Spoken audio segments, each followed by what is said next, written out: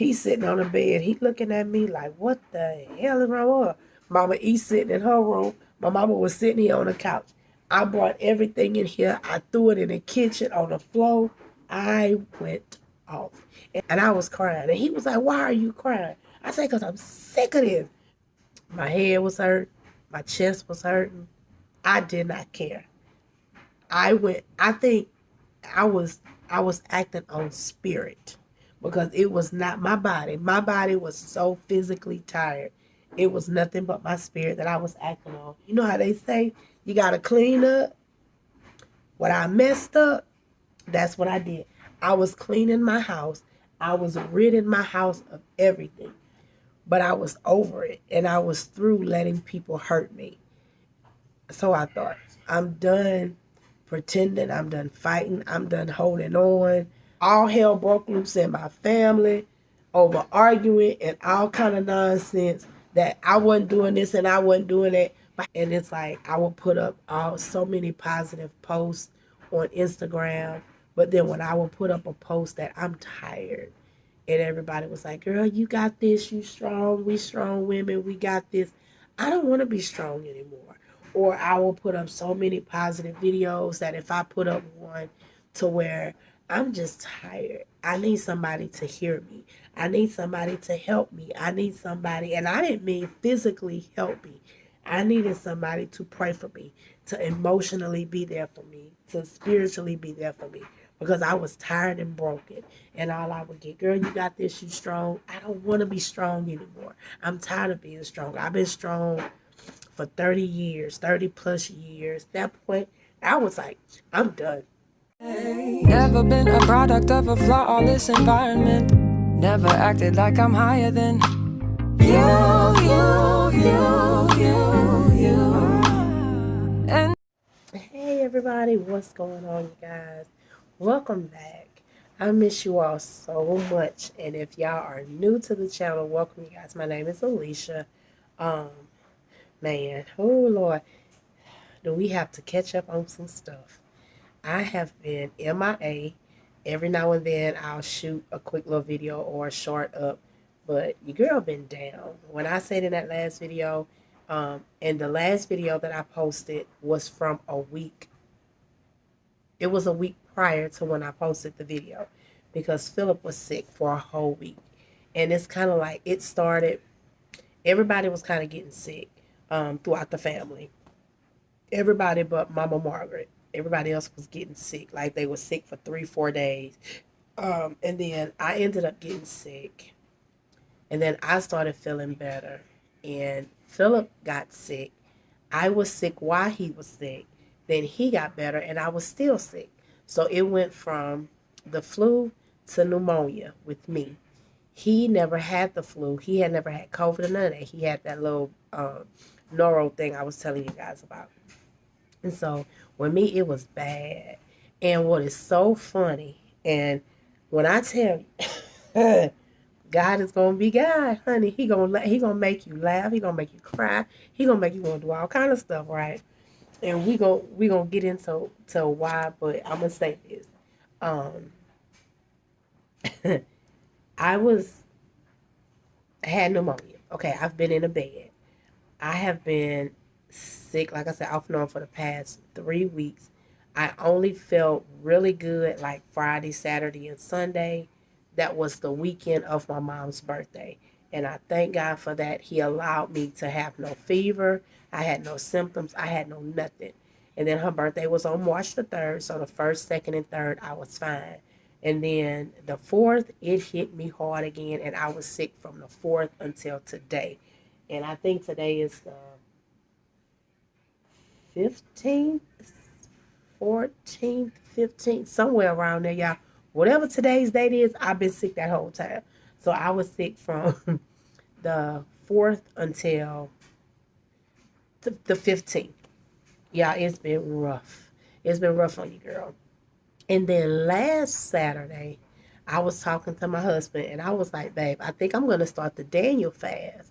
Because if y'all know me, I fast every now and then, whether it's with my church around the end or beginning of the year or just And I don't do a fast for like losing weight or nothing like that. It's just more spiritual. And I just don't talk about it. I'll just do my fast, and then once I'm off my fast, then I'll discuss it.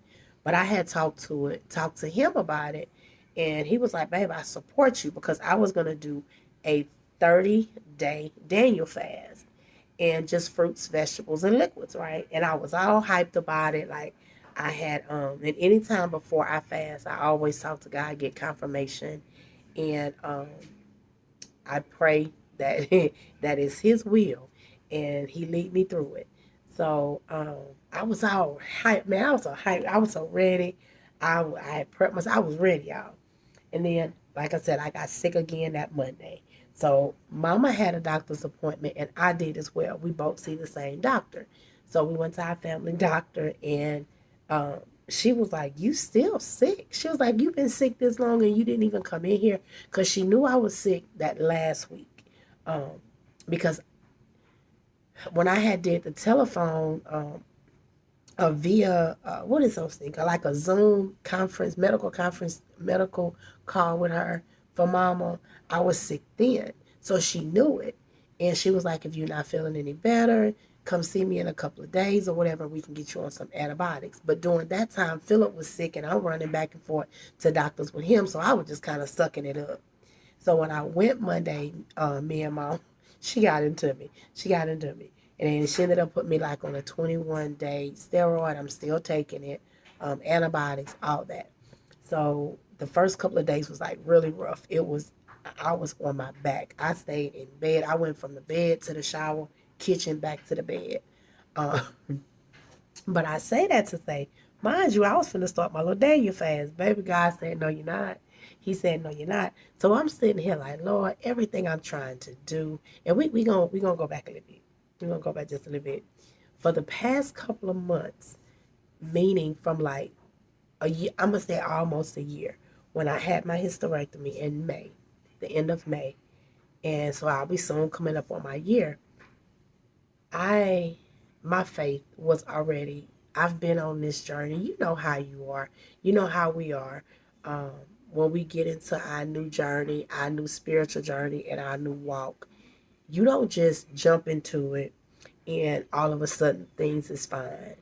And if y'all been following me along this journey, y'all know I have been on my new walk for a long time. And it's not perfect, and it doesn't supposed to be perfect. It's going to be ups and downs, lows and highs. But when you get in complete and full whew, consecration with God, honey, He gonna flip your life upside down. He gonna show out. He gonna show up. He gonna show out. It's gonna be days you gonna be downright in a fetal position, crying and asking God why. Please tell me why I'm going through this. And I've been through and still going through all of that, right? So one day, one day I'm going one day I'm gonna be ready to really talk to you guys and give my full testimony on the extent of a lot of stuff that you guys don't even know. I have never even touched the surface of things that I've had to go through to where I was just ready to quit. Not necessarily my walk with God, but just my life. I was ready to just be done. Um, because it seemed like the more I was trying to get closer to God and the more I was talking to Him and trying to have an intimate relationship and a personal relationship, it was just like stuff was just happening, and I was like, this is all for nothing if this is what I got to deal with. Like it, but it was so much other stuff going on, right? So fast forward to these last couple of months. Y'all know what's been going on with Mama. My mama for the last 3 years with her cancer battle. I was up and down with that. Depression, clinical depression, me, the kids, mama, everybody. I was bargaining with God. I was mad. I went through every emotion. And that's the thing, like throughout my entire young adult and adult life, I've been through every emotion with God. I've been through bargaining, everything. And I never had a time to where it was just peaceful. I never had a time till it was just rest, till where it just made sense.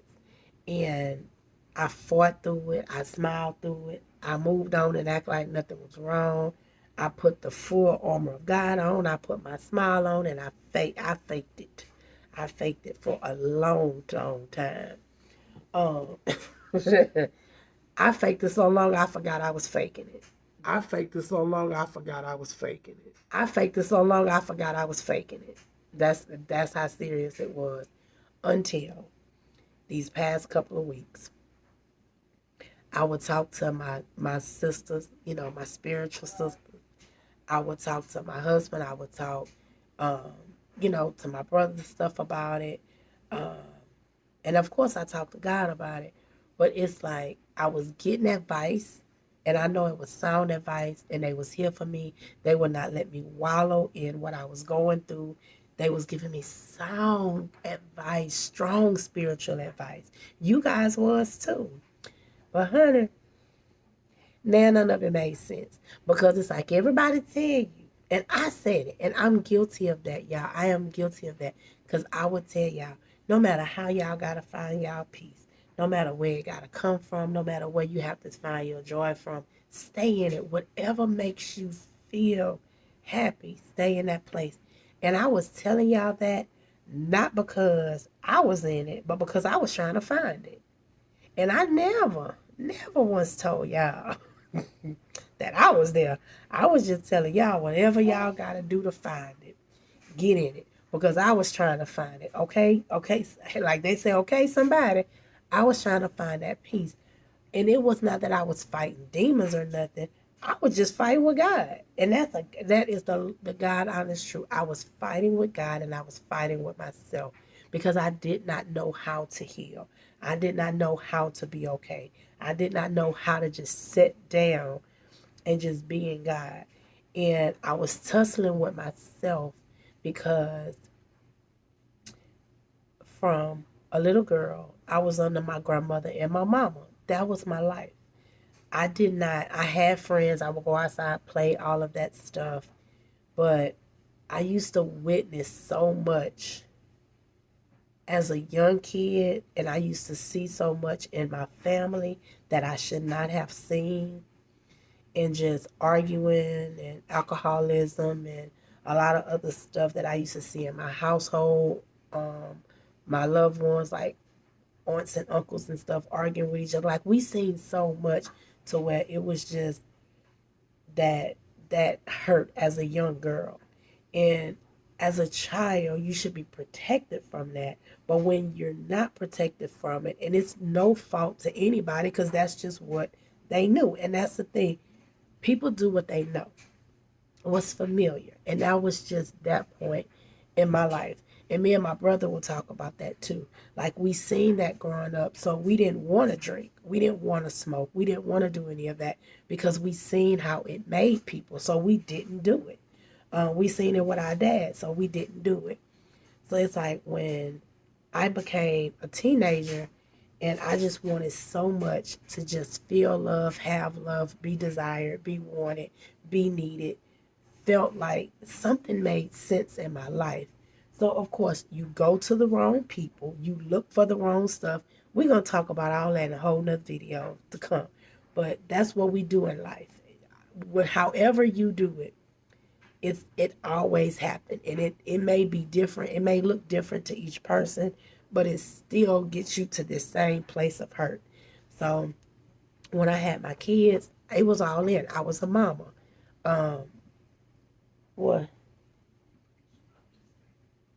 I became a mama. So it's like I went from being with my mama and grandmother, being covered by them, to being a mother and having to cover my children. But I was always under my mama.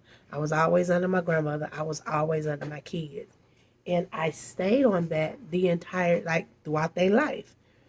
Um, I was there for them. I did everything for them. I nurtured them. I took care of them because they was my children. This is what you're supposed to do. You're supposed to take care of your kids. And I was a single parent doing this. So I didn't think anything about it. It's normal. And then when they got older, meaning when they all graduated, and when Deontay first graduated, I was like, thank you, Lord. And I just had Philip. When Deontay graduated, I had just had Philip. But I was like, thank you, Lord. I got one out of school. Deontay graduated. She was going to college. Thank you, Lord. I got another one out of school. And I was like, okay, you did this. You did this with the help of, my mama, my grandmother, my aunt, during that time. and the grace of God, of course. So I was like, yeah, you did this, girl. You did this. Then the next child. So when Alisha graduated, it was like I just got Philip left. So I started to see my circle get smaller. And not because I was losing my kids, but it was more so they just was getting older. So they didn't need me as much. But I still needed them. And I'm not gonna say so I thought, but I still was dependent. They was not so much depending on me, but I was depending on them to keep me happy and to keep me smiling and to keep me in joy and to keep me feeling safe and secure in my little nest egg that I created and I cultivated. It was like my garden. That's the best way I can explain it. So I didn't, I just it felt good. It was a safe place. And then all of a sudden, my when me and my ex split up, Philip was about 3, 4. He was about 4 years old when me and my ex had split up, and that it was not a hurt as in a disappointment. It was just another breakup, but I was over it, and I was through letting people hurt me. So I thought. So then I met Jordan years later. Me and Jordan just didn't meet and start talking. I met Jordan years later. So years later, when I met my now husband, because I waited, y'all know that story, y'all already know. Um, it's like I, for years, I didn't date. I didn't see anybody. I didn't do anything. It was just me, God, and my kids. That's what it was. And like I said, I was so dependent on them. I was so dependent on God. I was so dependent on the kids. And so when they started leaving, I had less and less. Not control of them because I didn't want control of them, but it got to where I felt like I had nothing. Like I was lost. I was losing everything. So I just kind of attached right back on to my mama. And then when she got sick, and I was seeing over the years of me caring for her, it was okay because I had someone else to take care of. It was someone else who needed me. It was someone else who depended on me. So I was okay with that. Even though it hurt me because she was sick, I didn't feel like I was alone again. Um, and this when she first got sick, not with her cancer, but other health issues. And then when she started getting a little bit better to where she was a little bit more independent, she had surgery on her eyes and all of that. She was able to start driving again because I had to drive her everywhere. I had to do all of that. So then when I met Jordan, um, everything was good. Like mama was back driving. I was in a new relationship. Um, and Jordan was still in Georgia at the time, so everything was still fresh. We had a long distance relationship, but he would come visit. He would come down on weekends. Him and Mama E, we would have a good time. He would go back home. He would work, do what he had to do, take care of what he needed to take care of, and I was taking care of what I needed to take care of. I was working, doing YouTube, enjoying life. But then he moved here, and then shortly after he moved here, Mama got her first cancer diagnosis. So it hit us all to our foundation. But then in my mind, it was still okay because I had somebody who needed me again. I had someone who was dependent on me to care for them. Now, let me say this. When the doctor said that her survival rate was less than 3 months, I hit my breaking point because I thought if I lost my mom, my entire life would be over and I would have nothing because I would not have known how to function of losing her. So for the last 3 years, I did that. Still cared for Philip because y'all know that's my child, even when he was sick, and that's a whole nother thing. When he was sick and when my daughter Alisha was sick, so I had two children who went through cancer battles, and they needed me. Then because of that, the depression and everything that was on her, with on Alisha, she needed me. When my son Deontay was going through his bouts of depression because of me being sick and his baby brother being sick, he needed me. So y'all see this pattern. They needed me. So I felt needed. I felt wanted. Um, and I put my all into that. So when they, like, again, when they started getting older and they had their own lives, and Talia moved out, she got married, they got their first little baby, Alisha moved out, it was like still less people needed me, but my mama still needed me. And then I was helping, I helped Jordan out with Mama E like he helped me out with Mama. We do it together. We tag team. And then my husband need me like I need him. Philip still needs us. So I was still needed. But here's the thing. Me being needed and me being wanted and people depending on me turned into hell. It turned into hell because my cup, like they say, that cup, my body, my soul, my spirit was drained. It was drained. It was dry. It was like the Sahara Desert. I was, as many people that I had around me, I was lonely. As much, as quiet as my house was, as loud as my house was, my mind was like quiet and empty most days because I was so confused. I was hurt. I never healed from anything. And that was the thing. I never healed from any trauma I went through throughout my entire life. I never healed from it. So I went from being taken care of fully as a child to having to take care of a child as a child and completely dedicating my life to taking care of everybody. I helped my mom take care of my stepdad until he passed. I helped my mom take care of my grandmother until she passed. My mom helped me take care of my kids while I was sick, and she was taking care of my grandmother. And then, when, like I said, after my grandmother passed, and once I had Philip, and Philip was sick, my mom helped me take care of him, and then Elijah. And then when my mom got sick, we're taking care of her. So none of the hurt I was healing from. I just kept. It's kind of like a ball. You keep building on a ball, and that's what kept happening. That ball kept expanding, and it kept expanding, and and that's what I was building on. I was on YouTube. I was putting up my videos every day, and I say today that I truly do believe that God gave me this YouTube platform as an outlet because it kept me sane. Because if I truly believe if I did not have YouTube as a platform to come on here and share my life, I probably would have been in with the Lord right now because I would have went crazy to where it would have truly took me out.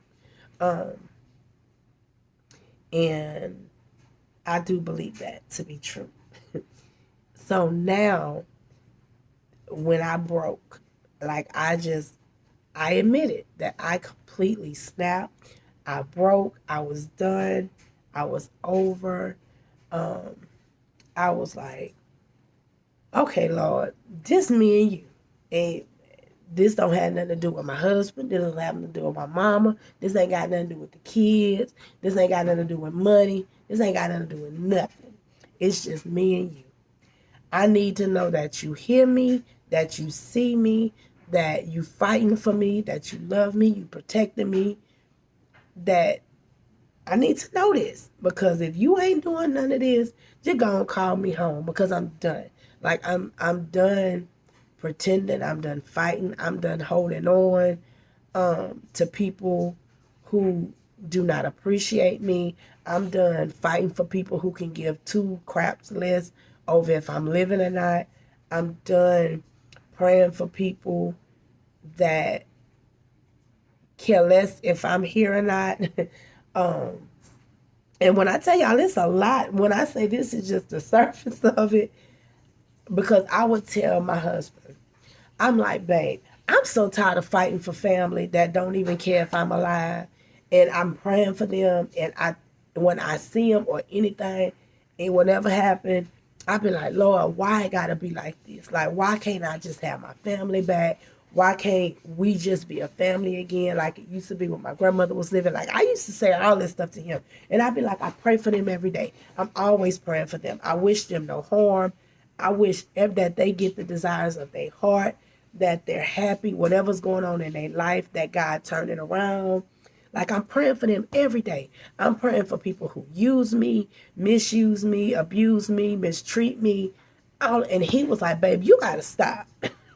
He was like, you have to stop because God know what all these people doing. And sometimes God be trying to push these people out your life and you the one pulling them in. He's removing them. He's showing you who people are. And you cannot hold people because y'all are bonded by blood. You have to let it go. Just like a scab. If you get cut, that scab gonna eventually fall off. You gotta let it go and let new skin grow. And I'm like, but I don't want to stop praying for people. He was like, I get it. But when you pray for them, you leave it at the feet of God and leave it there, walk away. You can't keep picking that up and praying for the same person over and over about the same thing. You think they doing it for you? And so when when my husband, look, when I get down to where I break, he gonna tell me the raw.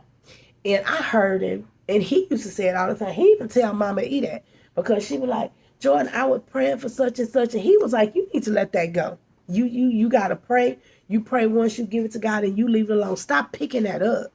It's not for you. You not Jesus. It's not for you to deal with.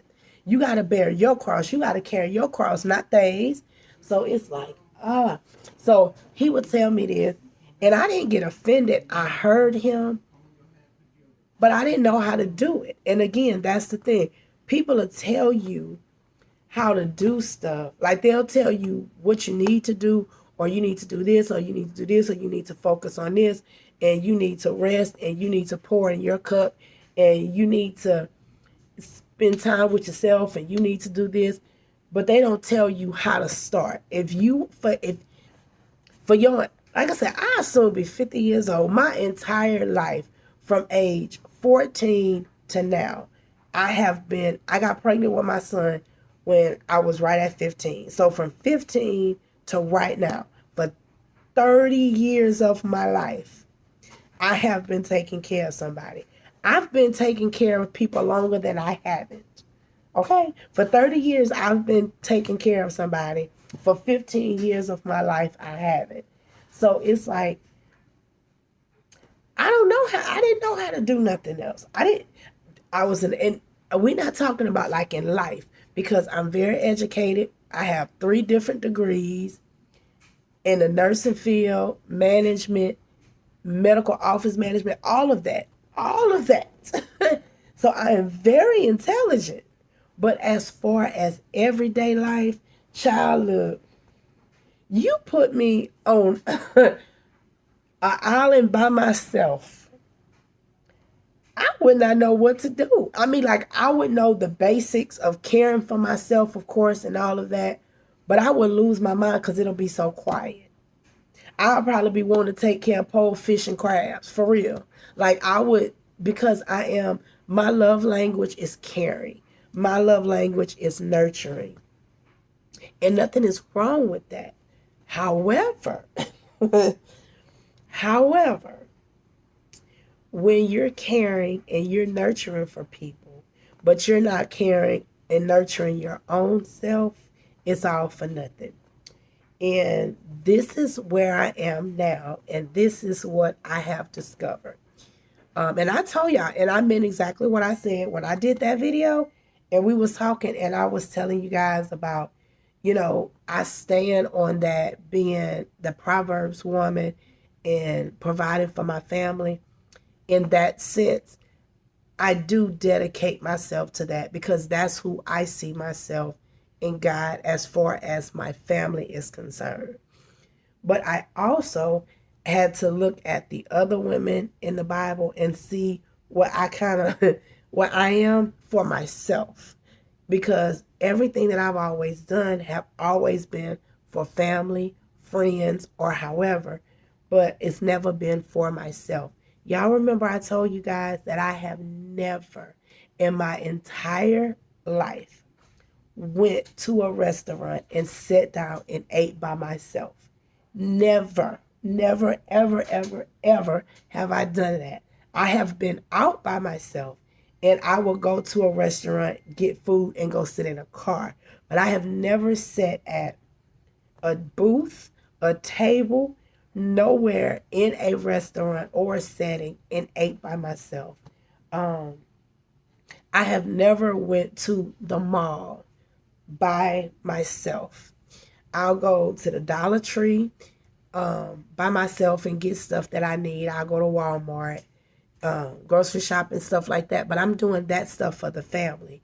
I'll go to the Dollar Tree, go get my mama medicine, stuff like that. But I have never went shopping for myself by myself. I have never went into a Target or a Marshalls, any of them stores alone and went in there by myself and shopped for me. I've went into stores and did Christmas shopping for people, but never for me.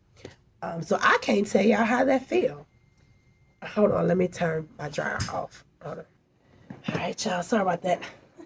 I had to get my mama load out the dryer, the other load in the dryer.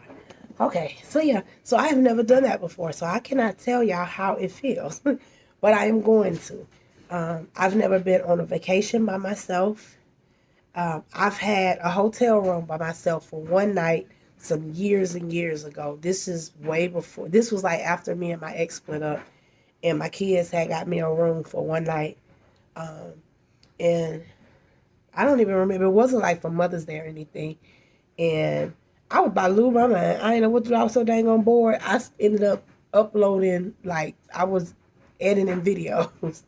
So it's like, I never knew how to relax. I was never taught how to just relax. I was never taught how to just, not saying, again, not do stuff on my own, because I did everything on my own from a young age.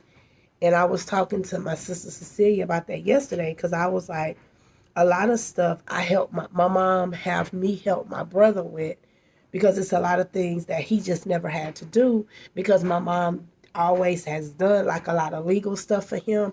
And now that she can't, she kind of passed that torch to me. And I told her, no, it's not a tag, you're it. Not that I'm not my brother's keeper, because I am.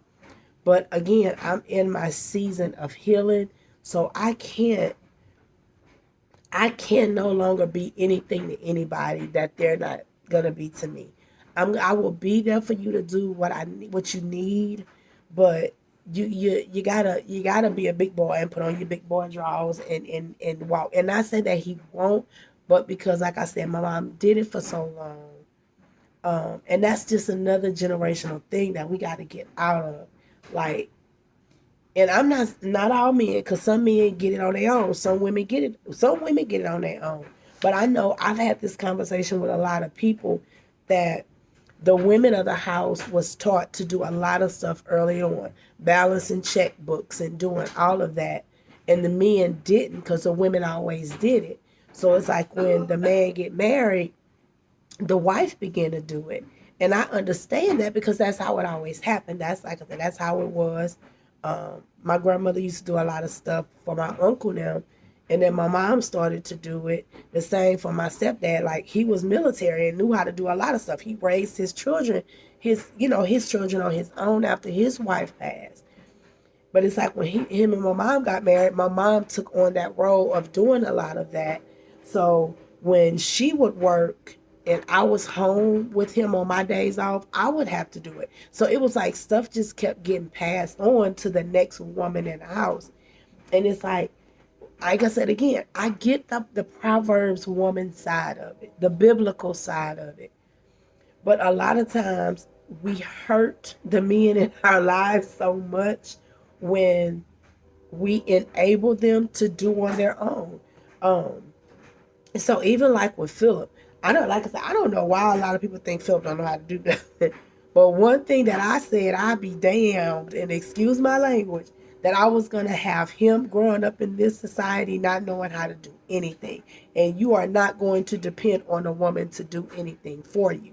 I raised my son Deontay the same way. However, if y'all don't know anything about grandmamas and they boys, grandmamas and they boys is something about them that, again, we got to break this generational curse of them being they other sons. Because I told my mama love her boys. All her boys. And she probably laughing as she watched this video.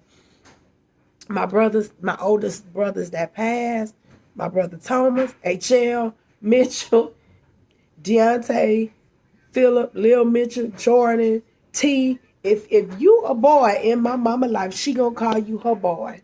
She love the girls, but it's something about them boys, and she be like, "How my boy? How my boy?" And I be looking like, "What am I?" And I keep saying, "What am I, chopped liver?" And I say that jokingly, but again, that joking is for real because it's like I don't know, and I don't get it. Now see, and I guess with me, it's different. And I say this to my mama all the time. I love each one of my children equally. And they always joke and they say, nah, Talia is your favorite. No, Talia is it's the one that's most like me because she's very independent and nurturing. But Talia is my alter ego because Talia will also put you in your place real quick and don't care. She get that from my grandmother. I'm soft spoken like my mama. But now that my mama has gotten older, she don't care what she say. So I'm pretty sure the older I get, I'm gonna get like that. But Talia just got that as an early age. Riante is a lot like me because she's soft spoken, she's nurturing. So my kids are like me. My boys, child, Deontay has a lot of my mama and her brother characteristics in him. Um, but my mama spoiled the heck out of Deontay, and she will admit it. She did. My mama would do his clothes. She'll clean his room, and people think it's me, baby. No, because she's always been like that with him because he was her first biological grandson, and he used to sleep in the bed with her and my stepdaddy when he was young. He didn't want to be around me. He was up under her because she gave him everything. I would say no, Deontay, and her and my daddy Henry. Oh yeah, he can have it. Let him have it. And I'm like, no, he can't have it. Let him have it. Let him have it because it's their grandkids. So, and I'm not gonna say it was my fault, but I allowed it to happen because I didn't want I didn't want that to have I didn't want it to have that ill will feeling like, well, mama not letting me have nothing, but they want me to have this. And then again, I was a young mama and I was there. I wasn't one of them mamas that wasn't there. I was active in there in everything. Like I went to school, I went to work, I was a mama, I was a mama, I went to school, I went to work, I was a mama. Like it didn't stop. Um, but because he was so spoiled, and all of the grandkids were spoiled, that it was sad. And I would be like, okay, not knowing that one day I was going to regret it. And then the older he got, she still spoiled him. To this day, my mama spoiled Deontay to this day. Deontay will get off of work. He'll go in her room, watch TV. He just a chill and relax in my mama's room. Like it's something about them two. And I let them have it because that's their thing. But now that she's sick, she can't do for him like she used to. And he thought I was going to do it. And I had to tell him, I'm your mama. I'm not your woman. I'm your mama. I'm not your wife. And then mama say, well, since you're doing the laundry, go ahead on and just do everybody's laundry. So that's how that came about. Because she would do it. I would do my laundry because I don't need a lot of washing my drawers. But my mama just started doing everybody's laundry because her mom did everybody's laundry. And again, that's generational trauma. I'm not gonna call it generational hurt because it's not, but it's generational trauma that's sketched into your head. I seen my grandmother do the entire house laundry, and my mom worked for a laundry service, so I would see her do. You done already? You done? And I would see my mama do laundry for her clients that she worked for. So I grew up in just that environment of seeing my parents do laundry for everybody. So of course, when my kids was young, I did their laundry because they was young. But I taught each one of them how to do laundry. So by the time they was 5 years old, every last one of them knew how to separate whites, darks, and colors. They knew how to do clothes because I instilled that in them, because I did not want them to grow up not knowing how to do anything. They knew how to cook. They knew how to sweep, mop, and I'm talking about that old school ring a mop out. They knew how to do all of that. And still to this day, they know how to do it. The girls and the boys. But keep in mind, my mama did it for Deontay, so he didn't have to. Now the boy act like he don't know how to do shit. But he getting better because he had no choice. And I'm gonna tell y'all that too. And like I said, y'all excuse all this. Ain't nothing I can do about it. But so these, like I said, these last couple of months, God been putting stuff in my face, and he's been like saying like, okay, you want it, here it is. So then me and Mama E, she right there in the kitchen. We'll be talking, and I be telling her I'm so sick of this. Like, I'm just tired of this. I say, cause Mama, I raised all these kids up the same way. They know how to do this, this, and this. Like, I be feeling like that I failed them. She was like, no, you didn't fail them. Kids just different. They lazy. They damn lazy, and they entitled. And we would have these conversations, and I laugh. And she said, baby girl, just throw your hands up. Ain't that what you said? She said, baby girl, just throw your hands up and give it to God and leave it there with him. And I be like, well, Mama, how I'm supposed to do that? And she said, just throw your hands up. That's it. And I would hear her say it, but it did not resonate that it was really that easy. Because I'm like, no. I said, okay, Mama, you right. And then I had my hysterectomy, and I couldn't do it. And y'all remember what happened. I was about 5 days. I wasn't even 5 days. 2 days in from coming home from the hospital, my mama got sick. She fell, had to be rushed to the hospital. She was in the hospital for 2-3 days. All hell broke loose in my family over arguing and all kind of nonsense that I wasn't doing this and I wasn't doing that. But how the hell I was going to do it? And I just had a major surgery. Couldn't even get out the bed. So it was terrible. I couldn't heal. So you know what I did? I got right back into it, cooking, cleaning, being there for Mama. So I could not give my body a chance to heal because, again, of drama. And it's like, it went back to the same cycle. And everybody was like, well, you need to rest. You need to heal. But little did y'all know, I couldn't rest and heal because I had family telling me what I wasn't doing, how I wasn't taking care of my mama. And I did not choose to have a hysterectomy because I didn't want to have no children.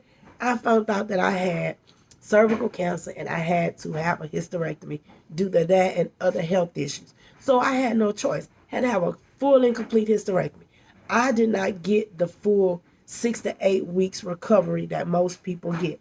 I was back to cleaning, washing, taking my mama back and forth to appointments, sutures still in me, still wearing my band.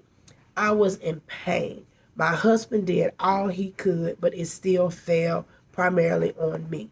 So I rested when I could. I healed when I could. My kids tried to do what they could, but it wasn't them that was causing the problem.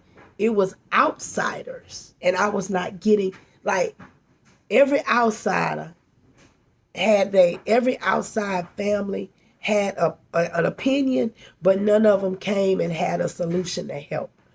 So it was hell, y'all. It was hell. So what would have been a 6 to 8 weeks recovery took me 5 to 6 months to recover. I did not get released from my doctor until October. From May to October. It took me that long to get released. And it's no way it should have been that way.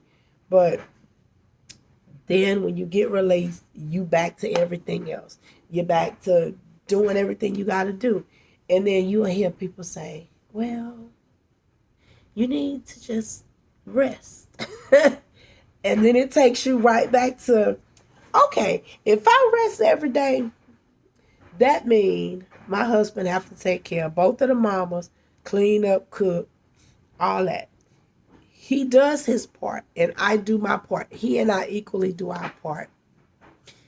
My baby boy's at school Monday. Our baby boy's at school Monday through Friday. He come home, he do his part. The two oldest kids that live here are at work throughout the week. When they come home, one would do their part, one wouldn't. And so the one that did her part did her part. The other one half did his part. So I'm gonna put it like that. He half did his part. And I would get so aggravated and I would fuss. But then my fussing and my saying, look, I know y'all at work all day and y'all at school all day.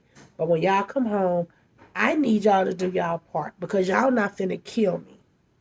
And me telling them that, I ended up having a slight stroke. So I went from hysterectomy, May to October, to having a dang on slight stroke because I started to fuss and say, hey, I'm not doing all of this on my own. I need y'all help. My two oldest kids, well, my two kids that does not live here, was like, Mama, you need to put your foot down and either they need to do what they need to do and help you or they need to just get out. And I said that. And then you know what happened? When I said that, I ended up finding out I had a slight stroke. So I felt like I couldn't win for losing. Like no matter what I did, it was a health complication that followed. And so I said, you know what, Lord? I'm doing everything that everybody telling me, and I'm doing everything that the world is telling me to do, but I'm not doing nothing you telling me to do because I'm getting on to my kids about stuff. I'm talking to my husband about stuff. I'm getting on to my mama about, Mama, you can't do this. And then people on YouTube, let Mama Margaret do this. Let Mama Margaret do that. Let Mama Margaret do this. Don't get off Mama Margaret. Let Mama Margaret do this. And I would tell y'all, okay, but if Mama Margaret do this, Mama Margaret gonna get sick. And when Mama Margaret gets sick, it's gonna be on me to take care of her. And I'm gonna let Mama Margaret do this because y'all say so. But if Mama Margaret do it and her blood pressure drop, I have to take care of her. I have to call her doctors. I have to get her nurses over here. So either Mama Margaret gonna do it my way and be healthy, or other people's way, and she gets sick and I'm to blame.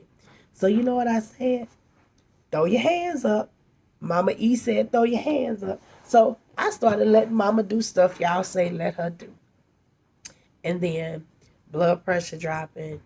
She was getting weak. She was dizzy. Nurses had to come out. She wasn't doing this. She was putting too much strain on her stomach. Yeah. So what was I getting from her doctors? She don't need to be doing that. She can't do that. She don't need to be doing that. I said, I know. I said, I told. But everybody was telling me to let her do it. Let her have some independence. Like what I know. Like what I know. My degrees, me being in the medical field all these years, me doing this, I don't know nothing. Because everybody else knew more than I did. But then until her doctor said stuff, I had to answer to that. So it's like, here we go again. You threw your hands up and now this. So every time I threw my hands up, I got hit with something else. So it's like, okay, something got to give. Something got to give because I didn't need it to be perfect. I just needed it to be like, I was sharing my situation because I figured it would help somebody. And somebody may be going through it that can help me. But I was getting, let her do this, let her do this, let her do this. When I knew it was against all that I knew medically and that I knew she couldn't do. But I allowed a lot of it to happen to give people what they wanted and give her independence. And what happened? She admitted, I shouldn't have did that. I can't do that. Her physical therapist would say, Miss Margaret, Alisha just wants the best for you because you can't do this. She's telling you right. You're going to get hurt. You're going to injure yourself. You're going to end up in a hospital or gone. And then she was finally like, Alisha, okay, I hear you. I'm not going to do it no more. And then it's like, I had to get the backlash.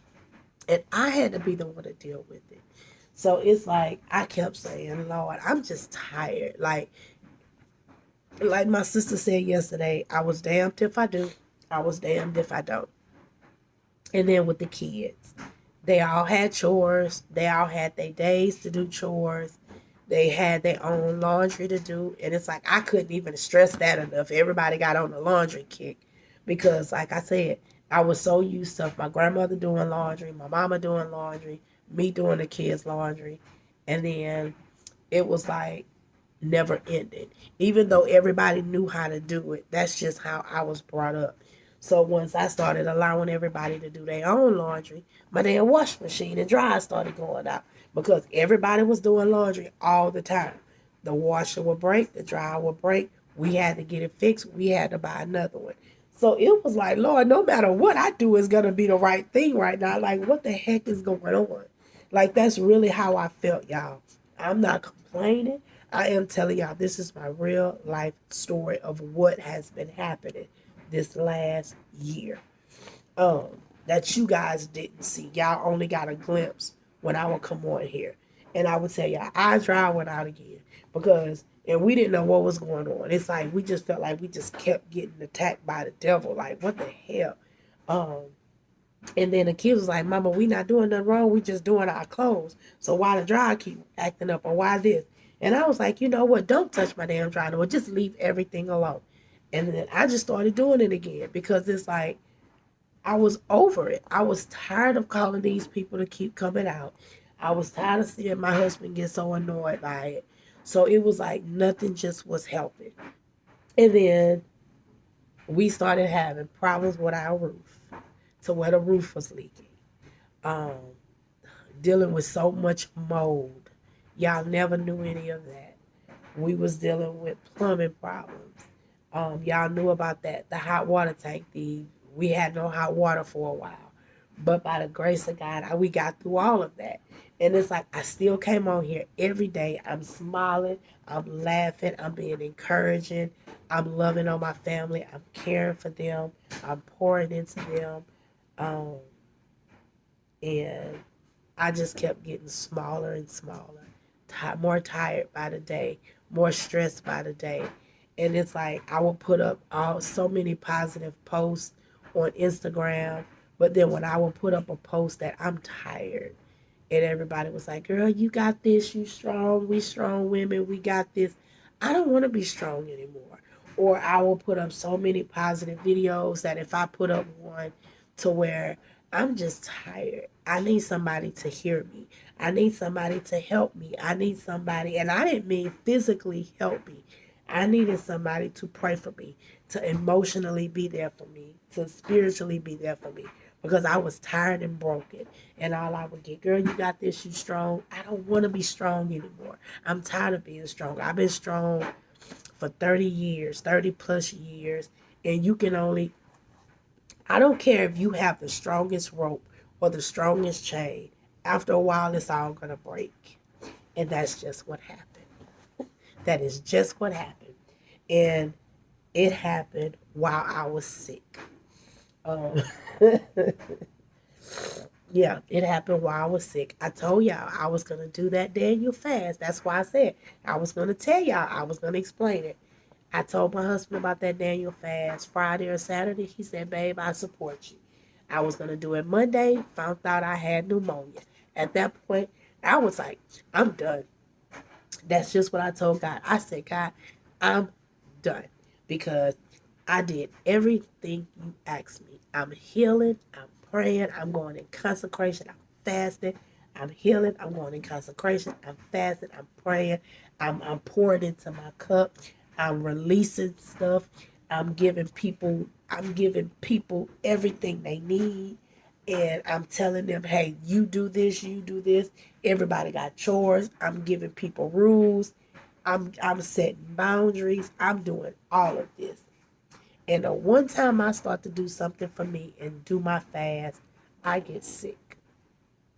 I can't even do a fast for you because I get sick. And I have to take medicine that I can't fast with. So tell me why, because this don't make sense to me. just what I told the Lord, and I meant that. I meant it just how I said it. I was mad. Yeah. And then I was sitting in the tub. I started crying. I started bawling.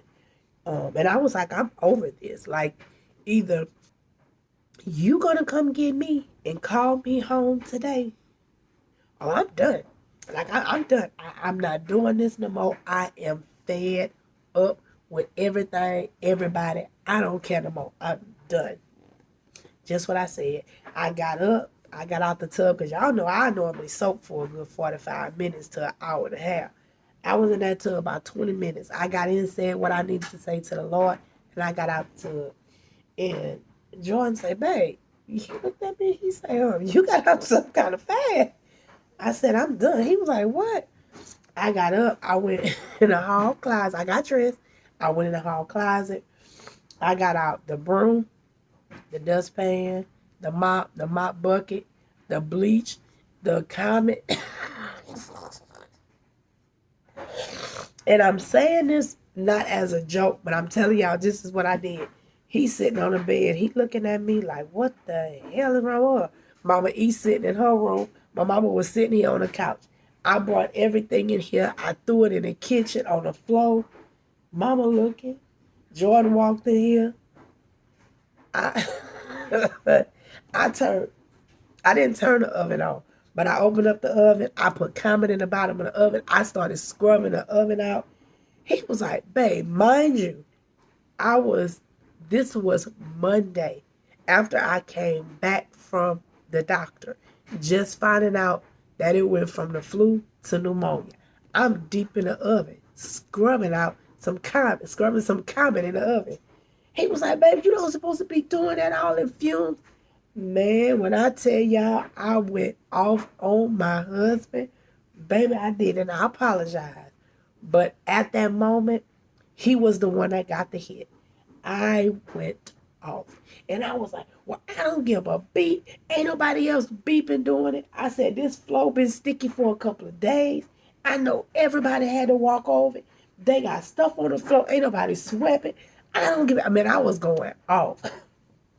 He said, babe. He said, I'll do it. Calm down. And I'm like, if y'all was going to do it, y'all would have been did it. Man, I was going off. He said, okay. He said, you got it. He said, I'm going to leave you alone, babe. I love you. I said, yeah, I love you too. And I was crying. And he was like, why are you crying? I said, because I'm sick of this. Man, he went outside. Mama was saying something. I heard my mama, but I didn't hear what she said. And Jordan said, mama, just leave her alone. Let her be. I turned on my gospel music. I cleaned that entire kitchen. Y'all. My head was hurt. My chest was hurting. I did not care. I think I was acting on spirit because it was not my body. My body was so physically tired. It was nothing but my spirit that I was acting on. And in my mind, I was like, I'm getting my house clean. You know how they say you got to clean up? What I messed up, that's what I did. I was cleaning my house. I was ridding my house of everything. I cleaned up the kitchen. I cleaned up in here. I cleaned up, hold on, y'all. All right, sorry about that, y'all. But I cleaned up my whole entire kitchen. I cleaned up in here. I vacuumed in here. I mopped. I went in my mama bathroom. I mopped my bathroom out. I don't mess with the kids' room or bathroom. But it was like I was cleaning up my entire house. When they say you got to clean, I can say it again. You got to clean up what you messed up. Because I was over it. I was over it. Yeah. I sure did. I sure did. I was done. I was done. Um, I was done. And then afterwards, I went outside and I broke. I started crying. Um, and no, I take that back. I put on my workout gear. I changed my clothes and I put on my workout gear. And I was getting ready to go for a walk. Pneumonia and all. I was going for a walk. And Jordan was under the house and he was on the phone. And he said, babe, where you going? I said, I'm going walking. And he was like, but babe, you sick. You got pneumonia. You don't supposed. I said, I don't care. I said, either God gonna take me out one way or another. And that's the place I was at. I seriously was at that place. And he was on the phone talking to our brother and sister. Now, mind you, earlier that morning, my sister Cecilia called and I was getting dressed to go to the doctor for me and mama. And she talked to Jordan and she told him to tell me she left me a voicemail. And she told him, she said, I don't know what's about to happen, but God is about to shake some stuff up in y'all life. It's gonna come. And in the voicemail she left me, I didn't hear it until like maybe 2, 3 hours later. By the time I heard my sister message, she didn't know. Neither one of us knew that I was gonna find out about me having pneumonia. Neither one of us knew that I was gonna break the way that I did. We didn't know none of this.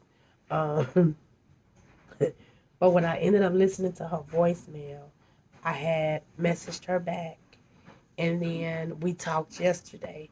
But the conversation that I had with her yesterday, I was kind of telling her some stuff that I'm talking to y'all about. And so me and her had talked, and like I said, I'll do another video with the second part of this, probably tomorrow or the next day. But this is just where I'm at, where what I had to currently go through. And like I said, today is Friday. All of this happened Monday, but your girl broke. I lost it. Um, I lost it all. I completely, um, I was done. I quit. Like I completely quit. I completely checked out. And like I said, mind you, I've been sick for 3 weeks. 3 weeks. And I could not understand it. Like, God, why?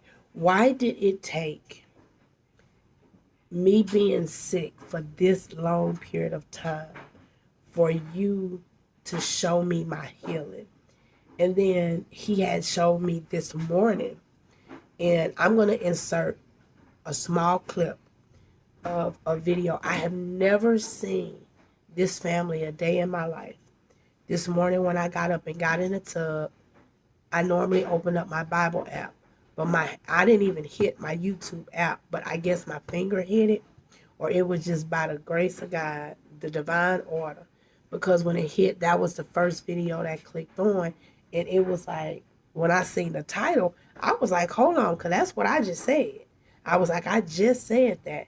And so I clicked on the video, and within like the first 5 minutes of the video, when a young woman said this, and she was like, I'll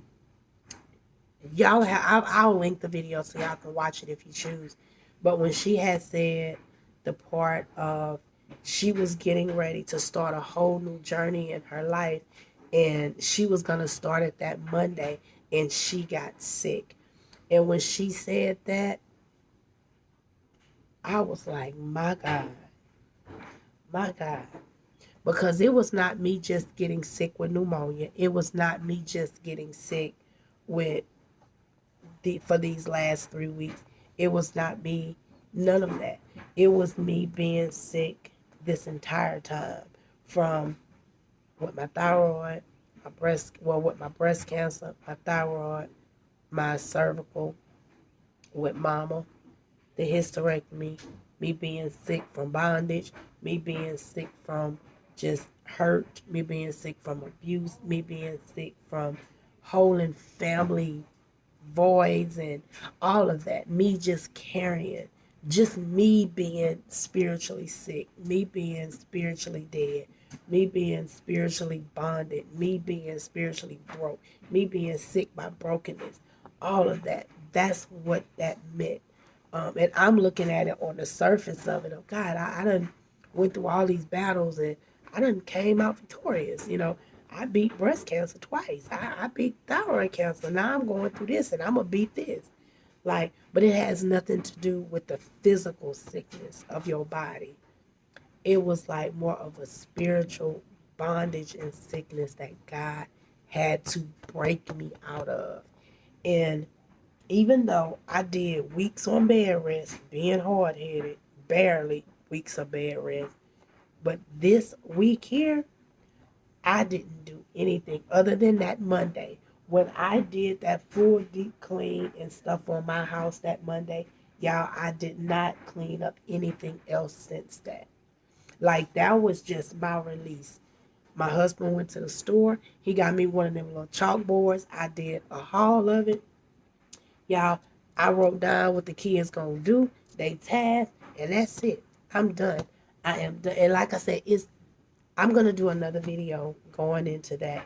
But it's no blame of my mom. It's no blame of my grandmother. It's no blame or no fault of my. It's no fault or blame on my mom, my grandmother, the kids, my husband. Nobody. It's me. It was me that I had to be like, okay, God, I did this to myself because I wanted so much to be that Proverbs woman. I wanted so much to be the nurturer and the provider to my family that I depended on them for so long. And I nurtured them and took care of them for so long. And I needed them as much as they needed me. But once I started to lose because my kids was getting older, I didn't feel needed anymore. So when mama got sick again, I felt somebody needed me. Somebody needed me. They need me. They need me. And sometimes we feel that people need us because we're the one that needs to feel needed. Sometimes we feel that people depend on us when we're the one that needs to be taken care of.